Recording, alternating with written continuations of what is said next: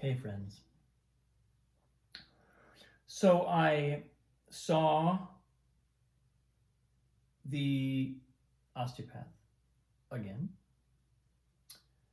and today, it was earlier this morning, before we came back from a lovely weekend in Santa Fe. And, there's something that I have been really consistently observing ever since the first session that I had with this guy. His name is Andrew Graham. He's an absolutely just world class osteopath. I've hardly met anybody who's on that level anywhere I've been, and he's in Santa Fe, which is nice. And I have, so we talked a little more about the kind of past of this injury, some of the patterns, the life patterns that it brings up, the patterns from childhood and trauma stuff that it both represents and also in very many ways kind of manifests, like it's holding on to that trauma, and as the injury starts to be healed, starts to be just provoked, and the tissue starts to soften up, and my body starts to become more conscious, a lot of that stuff comes back online. And two big things came up today. One is that every time, it's easy for me to get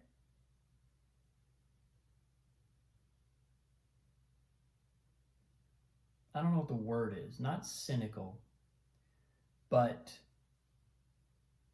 it's easy for when I'm thinking about music and I'm thinking about where I am and who I am and what I have to offer, what kind of a musician I am, what kind of a musician I'm not, and what kind of a musician I am. Usually it's more helpful to focus on that side of the coin, we may have noticed.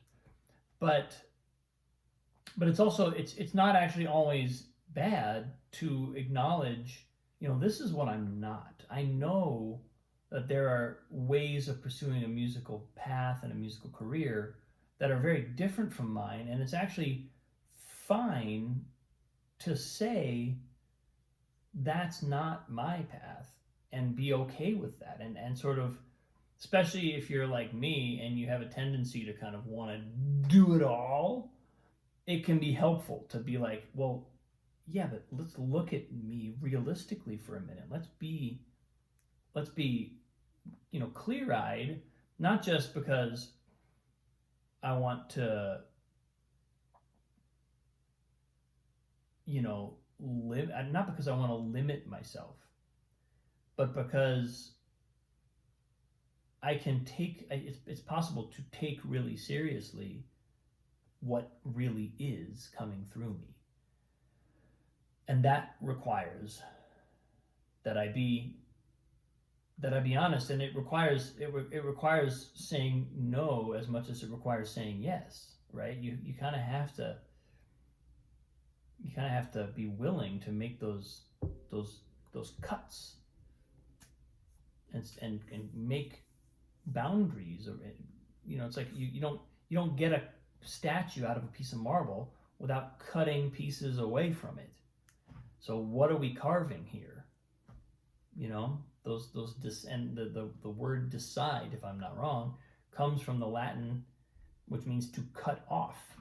So making those decisions is a good thing. Anyway, I've noticed that every time I go into Andrew, I come out with an increased conviction and an increased sense of possibility in myself as a musician. It's like things that have become kind of my shorthand, almost like cliche ways of talking to people about who I am and what I do musically.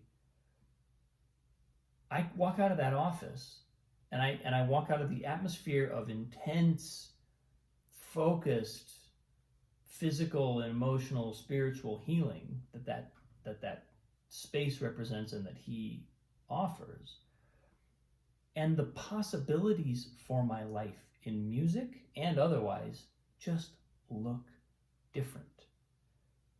I don't perceive the same limitations. Doesn't mean that I don't perceive any limitations. It just means that my habitual way of seeing my limitations is softened and changed, and the goalposts are able to move. I'm able to say, I actually love the idea of being really serious about classical music. That sounds like a blast to me. And, even though I'm not some 18-year-old Juilliard prodigy, that doesn't mean that I can't invest my life in many ways in that music. And it means my path will be what it is. It's not going to be what, some of those kind of pin-up type phenom talents have as a path. My path is going to be something different, and in a lot of ways, and most likely I chose this. Most likely there are reasons why I'm on this path, and it's actually more interesting to me. And when I get really honest, I can see that. I can see that what I am doing with my life is actually the right thing. It's more interesting to me. Doesn't mean that isn't remarkable and just admirable and totally worthy of a kind of respect. But that's the first thing that happens to me when I go in and get treated, is I sense myself relaxing into who I am as a musician, and then who I really am and who I want to be kind of merge. And I don't need to be different than I am. And I think that, if you want to summarize healing, all healing, in a single kind of concept, it's where you are and where we want to be become one, and we stop resisting who we are and where we are. And that may involve some really intricate physical healing and manipulation, but it's ultimately it's an all-encompassing process. The other thing that showed up for me is I notice myself. I had a thought, I think this may have even been a thought that came up before I went in for the treatment this morning, but I had this thought kind of pass through or show up for me, that there's certain ways, all of us have certain ways in which our particular fears get activated, and there are particular images of life. What does failure look like to us? Everybody's afraid, maybe not everybody's afraid of failure, but a lot of people are afraid of failure. But if you ask each individual person, what does that mean? What would life look like? Imagine yourself abjectly failing. What's the image that comes to mind? And it's very different for different people. I'm sure there are similarities, but there's also failure for one person might be career oriented, a lack of that, and feeling the kind of rejection in the professional world that they might be seeking. For another person, it might mean never finding a relationship, never finding that close personal connection.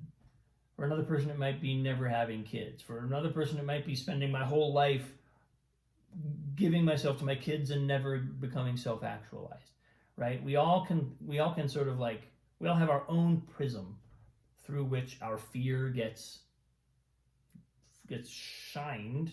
I don't know if a shining light is a great image for fear, but there you have it. But we all have our own way of interpreting what our fears are, and kind of pretty specific images of this is what it'll look like when it all goes to shit. And this morning I found myself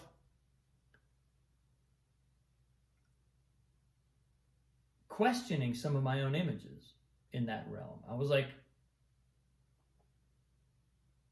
why does it have to be that? Why is that even something I'm worried about?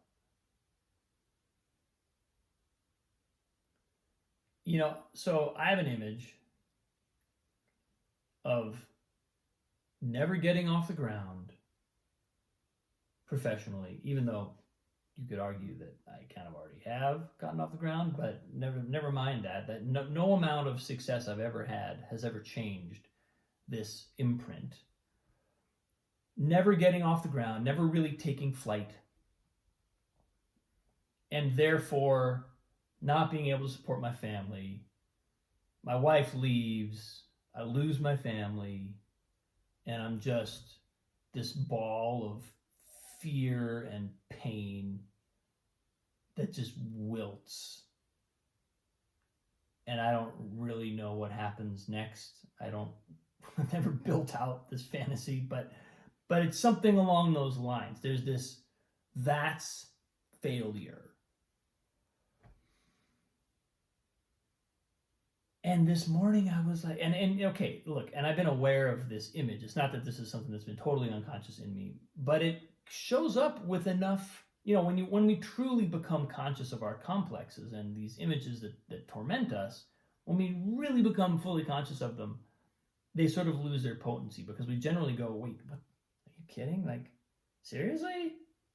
Why am I, not only like, why am I pouring energy down this particular drain, but what's so particularly scary about this drain? Why isn't it this other thing that could be equally scary? Right? Why isn't it like, I don't know, losing my life in a war? Like, what? Why this? Why do I fixate my fear on this particular image?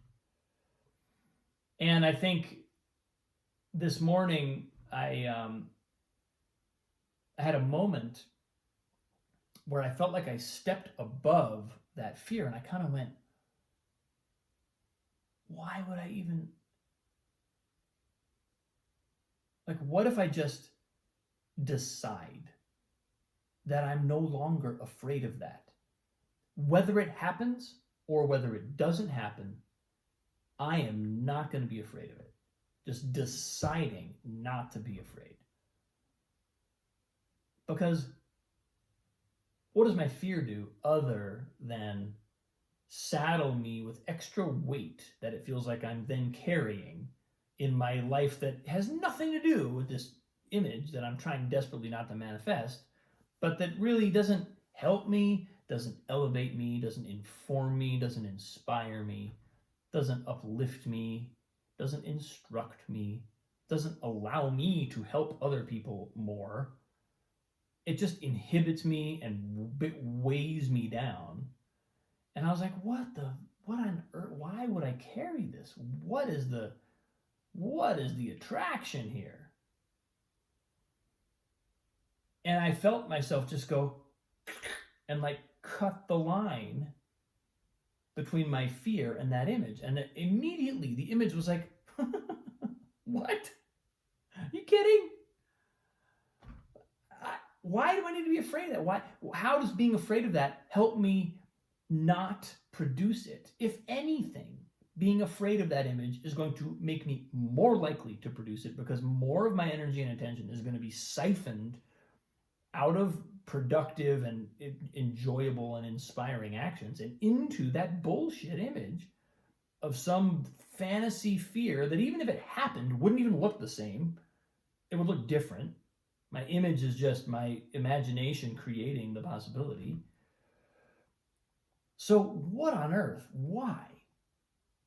And I literally felt the kind of like, and it was like it started to drift away on the ocean. And I was like, oh, you mean so I can just go about my life as though that's not a problem? And whether or not, like, and it's important that we don't, it's important to kind of feel that even if it happened, I can be free of it. Because if I can't say that, if I'm only able to say, well, I can be free of it, but the fear of it happening still causes a threat response, then I'm not free. But if hey, sweet pea, hey, beautiful girl, come here. I'm finishing my video post. I just got company. What are you getting? Paper? Yeah. Okay. I'm gonna draw a star. You're gonna draw a star. Excellent. So that was the freedom that showed up today. Was just this sense of like, wait a minute, I keep getting hooked by this. And what if I don't? What if I can actually decide not to? What if it's not a matter of like doing work or somehow outrunning it or working hard enough to not be influenced by it or proving something that would then give me enough leverage to counteract the fear of it? What if it's just a decision of nope, it's not run, it's just not a thing. I'm not afraid of it. I decide not to be afraid of it. Feels awfully good.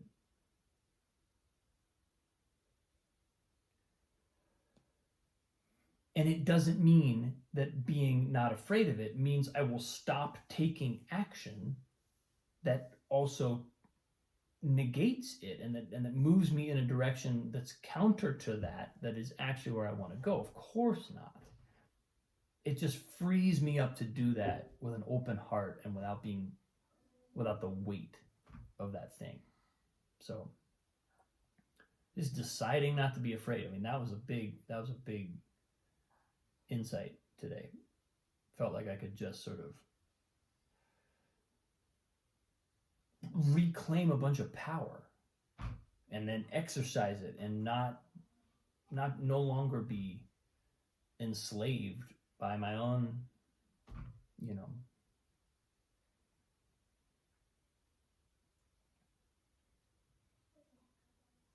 by my own fearful mind, which will undoubtedly keep coming up with these images. It's been doing it for a long time. I just had a birthday. It's been doing it every year that I can remember.